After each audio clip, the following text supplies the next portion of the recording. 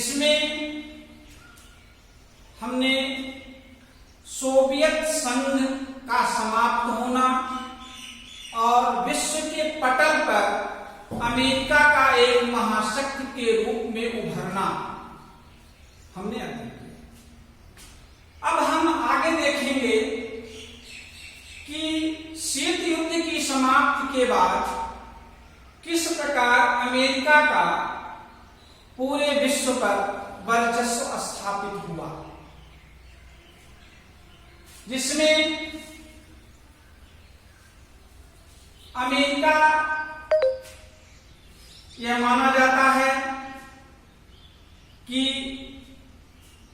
जब 1991 ईस्वी में रूस का विभाजन हो गया, रूस कमजोर पड़ गया या रूस महाशक्ति के उस स्थान से या विश्व के पटल से अपने को हटा लिया या हट गया, जो भी मान लिया जाए, क्योंकि रूस का समाप्त होना ही अमेरिका का एक आर्थिक महाशक्ति के रूप में उभरना माना जाता है। अब इसके बाद हम देखते हैं कि अमेरिका विश्व में अपना वर्चस्व किस प्रकार स्थापित किया, जिसमें अमेरिका अंतरराष्ट्रीय स्तर पर शीत युद्ध की समाप्ति के बाद विश्व के अनेक देश जो साम्यवादी व्यवस्था से जुड़े हुए थे, उनके साथ आर्थिक रूप से अपने को या अपना संबंध स्थापित करने के लिए उन्हें आर्थिक रूप से मदद देना प्रारंभ कर दिया। इसके बाद 1990 में इराक के द्वारा कुवैत पर हमला कर दिया जाता है, अगस्त 1990। उसी समय अमेरिका अपने सैनिकों के साथ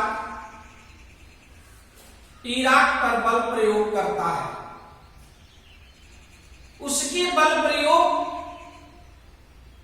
करने के बीच में किसी भी प्रकार का या कोई भी देश यह बाधा नहीं उत्पन्न करता है कि क्यों आप इराक पर, एक स्वतंत्र राष्ट्र पर आप आक्रमण कर रहे हैं। तो इससे यह प्रतीत होता है कि अमेरिका का प्रभाव विश्व के पटल पर पड़ना शुरू हो गया है। इसके बाद अमेरिका अपने नाटो सैनिकों के साथ और संयुक्त रूप से अपने सहयोगी देशों को मिलाकर के, लगभग 34 देशों को मिलाकर के 6.5 लाख सैनिकों की एक विशाल फौज तैयार कर वह प्रथम खाड़ी युद्ध प्रारंभ करता है, जिसे हम ऑपरेशन डेजर्ट स्टॉर्म के रूप में जानते हैं,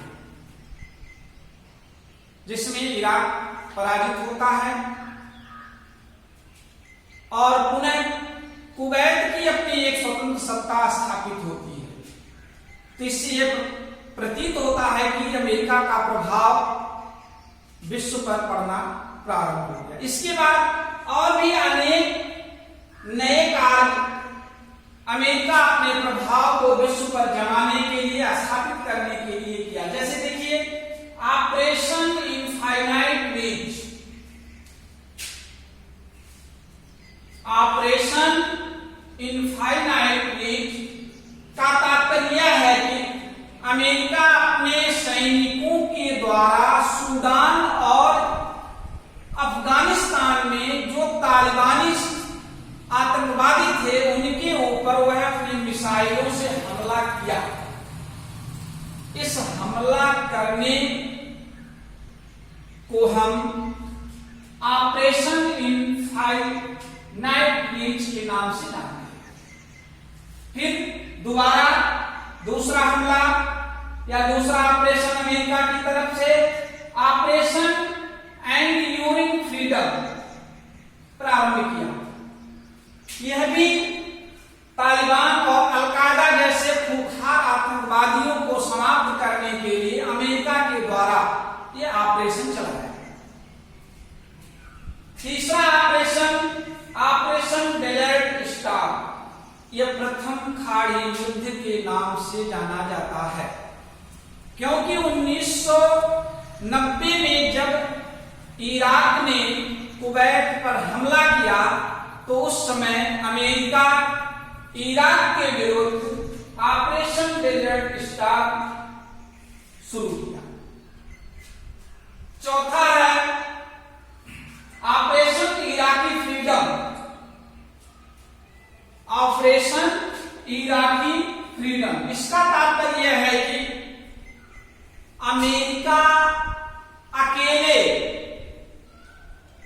इराक पर हमला न करते हुए वह अपने संबंधित या अपने हितैषी या कह लीजिए कि अपने से संबंधित देशों के इच्छुक देशों के गठबंधन का निर्माण किया और उस गठबंधन में 34 देश शामिल हुए और 34 देशों ने मिल करके इराक के ऊपर आक्रमण किया। इस ऑपरेशन को ऑपरेशन इराकी फ्रीडम के नाम से जाना जाता है।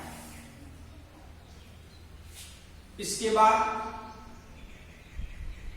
आगे चलकर अमेरिका पूरे विश्व पर अपने वर्चस्व को स्थापित करने के लिए और भी अनेक कार्य, लेकिन एक घटना और भी आती है कि 11/9/2001 को अमेरिका के ऊपर आतंकवादियों का हमला होता है, जिसे हम 9/11 की घटना के नाम से जानते हैं।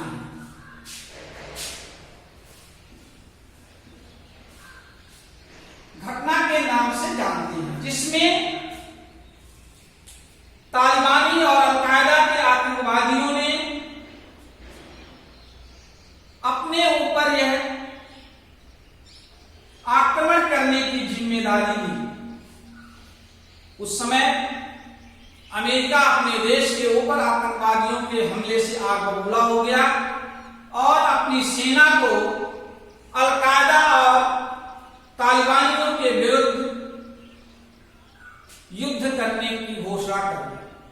परिणाम यह हुआ कि 9/11 के हमले को देखते हुए अमेरिका ने अफगानिस्तान पर, सीरिया पर,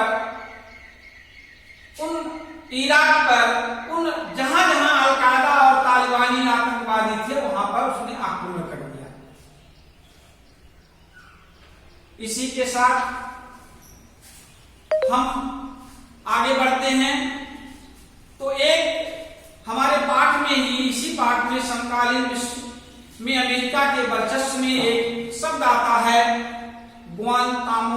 ग्वांतानामो बे। ग्वांतानामो बे।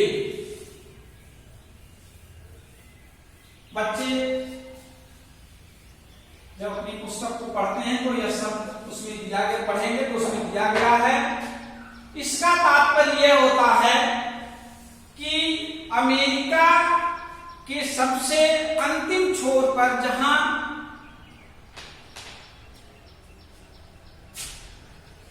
एक खुफिया जेल का निर्माण किया गया है, वह क्षेत्र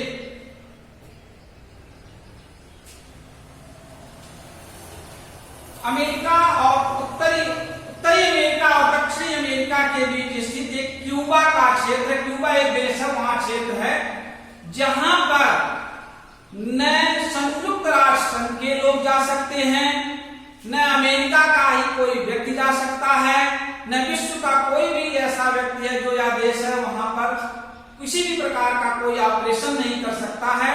वहां पर निर्माण किया गया उस जेल का, और उसमें उन आतंकवादियों को रखा गया जो खाड़ी युद्ध में या 9/11 के हमले में पकड़े गए थे और आज भी वह उस जेल में बंद है। इसलिए उस जेल का नाम रखा गया